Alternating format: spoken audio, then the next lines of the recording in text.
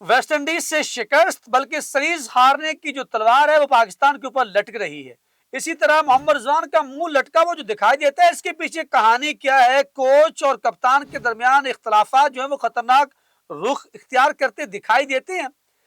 आज के वनडे के अंदर जो फाइनल वनडे पाकिस्तान की प्लेइंग 11 के अंदर क्या 4 तब्दीलियां होने जा रही हैं, क्योंकि लोग 5 बता रहे हैं सोशल मीडिया में, लेकिन बंदे 5 4 बचते तो 5 कहां से कर लेंगे। साथ ये भी बताना कि सलमान अली आगा जो है वो बगैर परफॉर्मेंस से के ओडीआई के उनको रेस्ट नहीं दी जा रही। जो परफॉर्म कर रहे थे उनको तीनों को बेंच पे बिठा के आपने 3 को मौका दे दिया।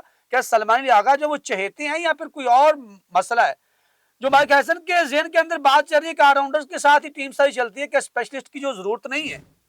आज की इस सीरीज का आखिरी मैच और पाकिस्तान कहां तक जो वो फेवरेट है, और वेस्ट इंडीज इसके ऊपर पाकिस्तान को शिकस्त देकर 25 साल बाद क्या कोई सीरीज जीत सकता है? ये बड़ा सवाल। इन तमाम सवालों के जवाब देने के लिए नाज़रीन मेरे साथ मौजूद हैं सीनियर स्पोर्ट्स जर्नलिस्ट और क्रिकेट एक्सपर्ट, एक्स क्रिकेटर भी हैं, अली अहमद जट साहब। अली अहमद जट साहब, आपको खुश आमदीद कहता हूँ। बहुत शुक्रिया अली, बहुत ही इंपॉर्टेंट मैच है मोहम्मद रिजवान के कप्तानी के करियर के हवाले से, और फिर पाकिस्तान 25 साल बाद अगर कोई सीरीज अगर हारता है तो 25 साल बाद ये 10वीं सीरीज पाकिस्तान उनके दरमियान होने जा रही है, जो पहली दफा पाकिस्तान हारेगा।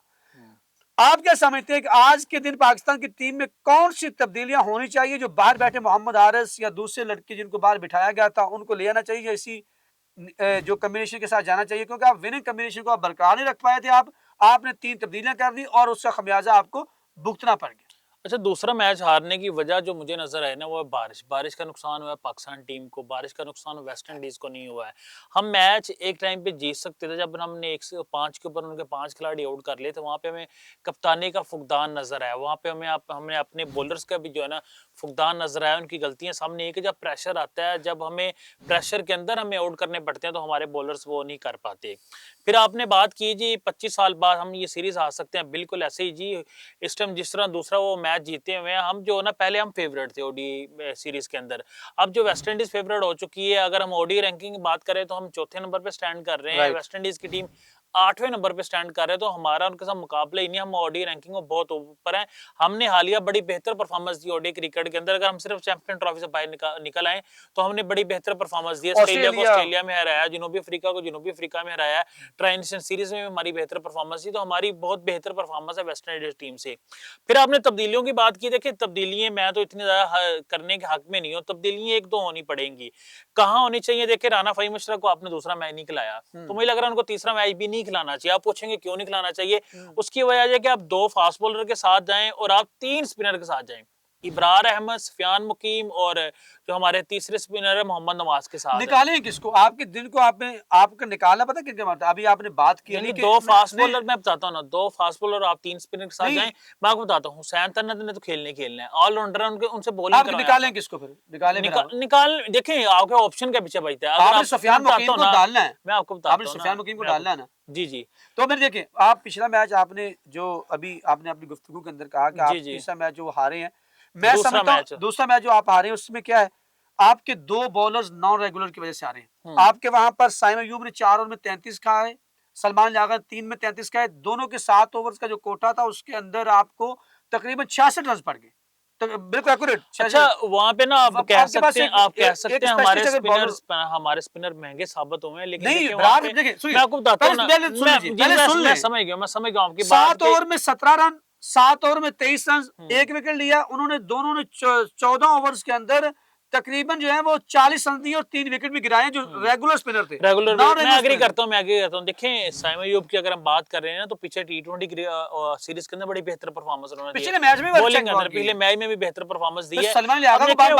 वहां पे आप उन बैट्समैन को भी क्रेडिट देते हैं। रोस्टन चेज ने बेहतर परफॉर्मेंस दी है, रदरफोर्ड ने बेहतर परफॉर्मेंस दी है। आपसे गलतियां जरूर हुई हैं। सलमान अली आगा ऑफ कलर नजर आ, सिर्फ सलमान अली आगा नहीं आ रहे, मैं 4 से 5 सलमान अली आगा ऑफ कलर नजर आ रहे हैं। T20 सीरीज में फ्लॉप, ओडी सीरीज में फ्लॉप, अब्दुल्ला शफीक आपके कंसिस्टेंटली फ्लॉप हो रहे हैं, साइम अयूब कंसिस्टेंटली फ्लॉप हो रहे हैं। अच्छा एतमाद के साथ नहीं देखिए सालक भाई, मैं टोटली डिसएग्री करूंगा।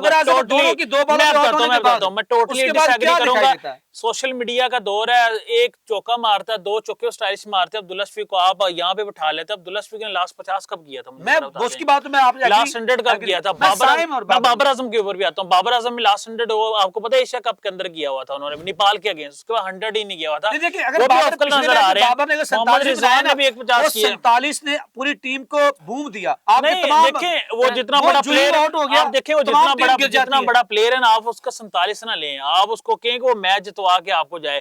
जिस तरह गैर जिम्मेदाराना शॉट उन्होंने मारा है, और दूसरे मैच के अंदर देखें आउट जब उनको इन स्विंग किया गया 150 प्लस बॉल आई है, तो जिस तरह आउट हुए हैं, हम देखें, मैंने भी थोड़ी सी क्रिकेट खेली है, जब भी आपको इन स्विंग हो रहा हो, आप कभी भी फ्लिक ना मार रहे, जब आप सामने खेलें, क्योंकि बॉल हिल रहा होता है और बॉल स्विंग हो रहा है, तो आप जब क्रॉस खेलने जाएंगे तो आप गलती करेंगे। वो क्रॉस खेलने गए, अगर वो सामने खेलते तो आउट ना होते हैं। तो बाबर आजम से गलती जरूर हुई है, लेकिन हमारे ओपनर भी टोटली नाकाम नजर आ रहे हैं। साइम अयूब एक मैच में करते हैं, 10 मैच में करते नहीं है।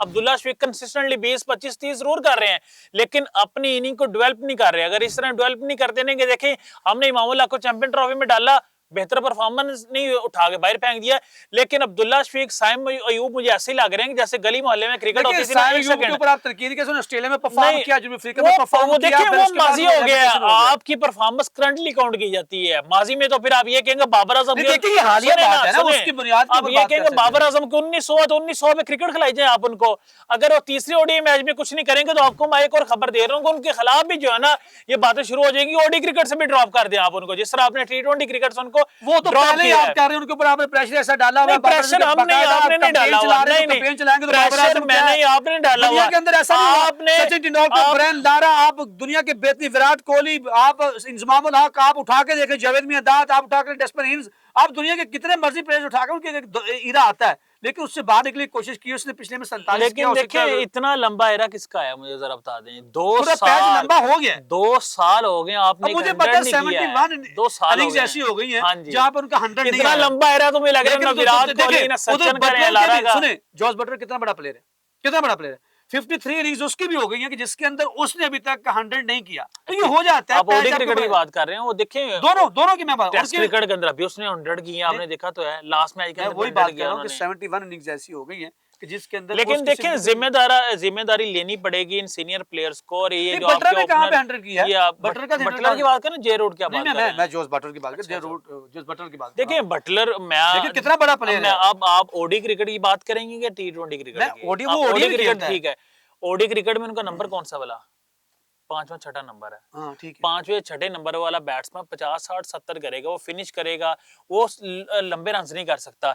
हमेशा वो प्लेयर लंबे रन करता है जो 1 डाउन या 2 डाउन आता है प्लेयर। अब देखें विराट कोहली हो गए, बाबर आजम हो गए, इस तरह केन विलियमसन हो गए, इस तरह स्टीव स्मिथ हो गए, ये प्लेयर लंबे रन करते हैं। और बाबर आजम हम यही तो आपको करते हैं कि 2 साल से वो सेंचुरी नहीं कर पाए।